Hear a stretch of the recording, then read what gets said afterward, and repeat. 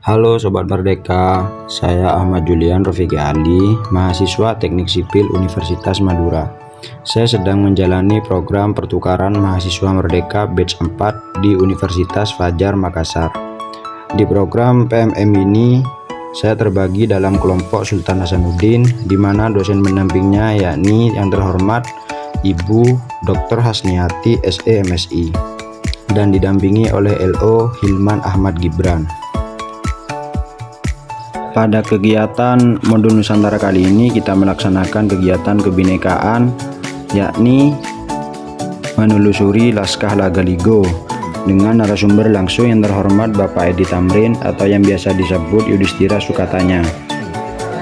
Kita mengunjungi gedung Diklat Pendidikan dan Pelatihan Kota Makassar, Jalan Anggrek Raya nomor 2 Paropo, Kecamatan Panakukang, Kota Makassar, Sulawesi Selatan.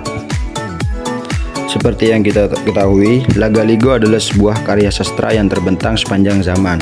Epos yang panjangnya melebihi Mahabharata ini berisi kisah di abad lalu yang sempat menjadi kepercayaan di antara masyarakat Bugis di Sulawesi Selatan. Pada abad ke-15 dunia telah mengenal Lagaligo, bahkan 300.000 larik epik itu konon sudah lahir ketika abad Masehi baru mencium bumi. Dan naskah Lagaligo sendiri sudah diakui UNESCO sebagai Memory of the World. Berbicara tentang Lagaligo, kita tidak akan lepas dari tokoh yang bernama Saweri Gading. Cerita dimulai dari dunia yang kosong dan turunnya Batara Guru ke bumi. Alkisah, manusia pertama ini turun di daerah Luwu di utara Teluk Bone. Batara Guru sebagai raja digantikan oleh anaknya, yakni Latioleng, dan bergelar Batara Latu. Latioleng dan Batara Latu punya anak kembar, yakni Saweri Gading dan Weten Riabeng. Sengaja keduanya dibesarkan terpisah sebagai saudara kembar. Mereka baru bertemu lagi saat menginjak usia dewasa. Saweri Gading terpesona dan jatuh hati pada saudara kembarnya. Saweri Gading pun berniat menikahi Weten Riabeng. Rahasia keluarga ini lama tersimpan, akhirnya terbeberkan. Diceritakanlah kepada Saweri Gading, Weten Riabeng sejatinya ialah saudara kembarnya. Sementara itu, kawin saudara sedarah diyakini bakal mendatangkan bencana. Kasih yang tak sampai ini kemudian menghantar Saweri Gading pergi merantau ke daratan Cina. Di sana, Saweri Gading bertemu putri yang berwajah sama persis dengan saudari kembarnya, yang bernama Wecudaik. Sementara Weten Riabeng sendiri naik ke langit dan kawin dengan tunangannya di sana bernama Remang Rilangi. Dengan mengatasi hambatan demi hambatan, akhirnya berhasil juga Saweri Gading mengawini Wecuda yang tunangannya sudah lebih dahulu dikalahkan, yakni Setia Ponga, dalam suatu pertempuran di tengah laut dalam perjalanan menuju ke Tiongkok. Mereka akhirnya hidup rukun damai dan memperoleh 3 orang anak, yaitu I Lagaligo, I Tenridio, dan Tenri Balobo.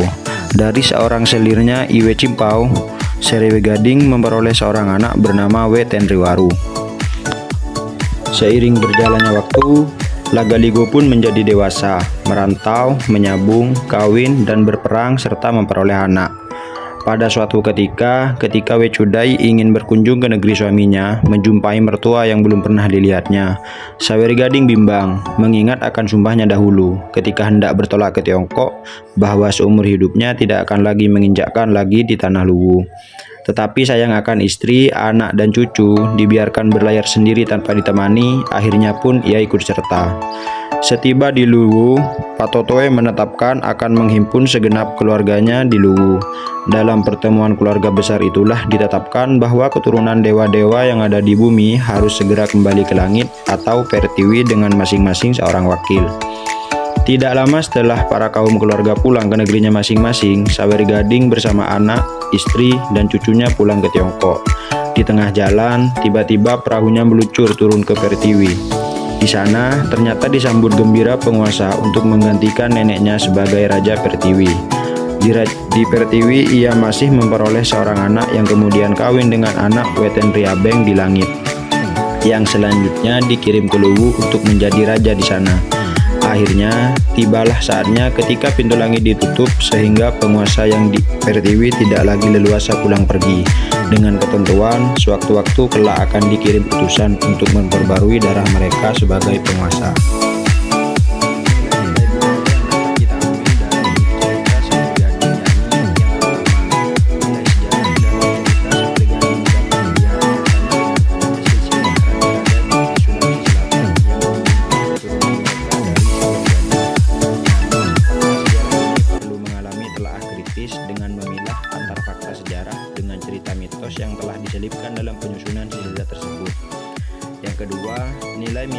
legenda sangat dominan dalam mewarnai cerita Saweri Gading. Terbukti dengan alur cerita, tokoh cerita, tempat dan peristiwa cerita, sesuai dengan ciri-ciri yang dikategorikan cerita mitos dan legenda. Walaupun cerita ini kurang bernilai sejarah dan lebih dominan bernilai mitos dan legenda, tetapi cerita ini dapat membantu dalam pengungkapan bukti-bukti yang bernilai arkeologis dalam merekonstruksi sejarah kebudayaan Sulawesi Selatan. Semboyan daerah Luwu sebagai bumi Saweri Gading, artinya masyarakat Luwu mengidentifikasikan jati diri mereka dengan seorang tokoh mitologis agar dapat mempunyai implikasi positif. Mungkin dapat dibandingkan dengan menyebut Irak sebagai bumi Abu Nawas. Saat ini banyak yang menggunakan nama Saweri Gading sebagai nama suatu bangunan atau sebagai nama suatu yayasan. Misalnya Universitas Saweri Gading di Makassar, Rumah Sakit Umum Daerah Saweri Gading di Kota Palopo, Yayasan Saweri Gading di Kota Jakarta, dan masih banyak lagi. Setelah materi, kegiatan kita juga dilanjutkan dengan diskusi. Itu ada juga namanya agama Padmalin itu menambah nenek moyang leluhur. Jadi di daerah tertentu aja bisa kayak di pertengahan Samosir atau di Bakar itu masih banyak. Siapa namanya? Leonardo. Terima kasih Leonardo da Vinci. Tepuk tangan dulu biar kelihatan.